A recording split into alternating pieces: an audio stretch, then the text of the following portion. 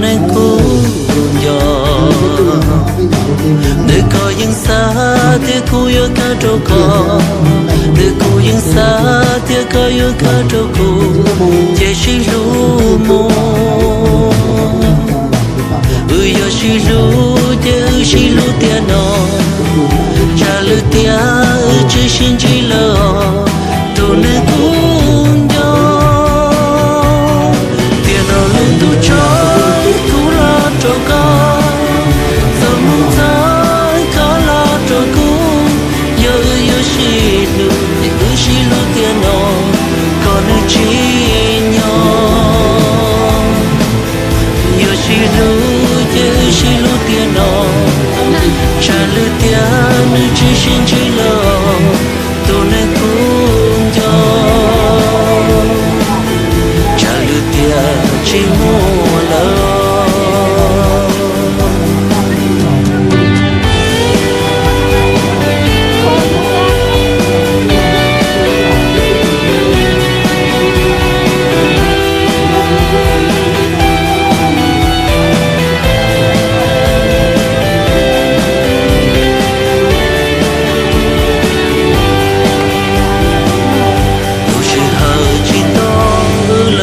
Tu nên cũ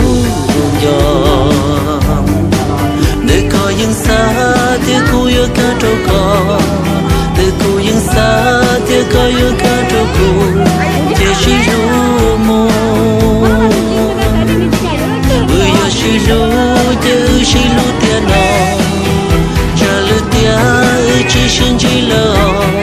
tu nên cũ gió tiền nó luôn tu cho trâu con, giờ muốn thấy có lo trâu cũng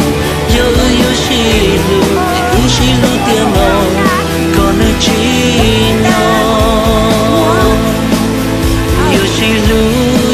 xí lu tiền nó, trả lu tiền chỉ xin chỉ lo,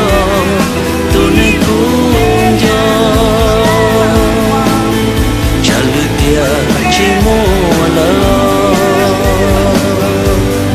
Tiền nào luôn tu cho cũ lo trâu con, giờ muốn thấy có lo trâu cũ yêu xí lu tiền nó, còn yêu chỉ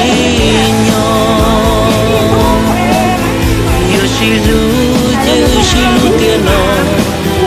trả lu tiền chỉ xin chỉ lo, tôi nên cũng cho. Chỉ mua lời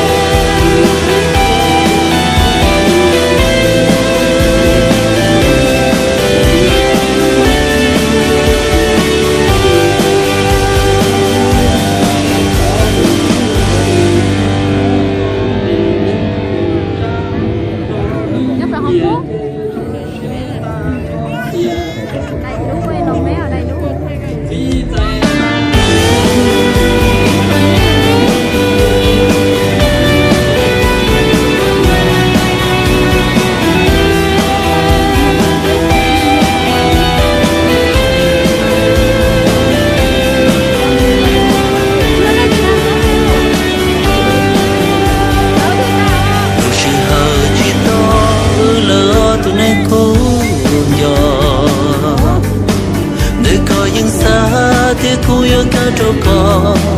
để cũ những xa tiếc có yêu cả trâu cũ chỉ lu mô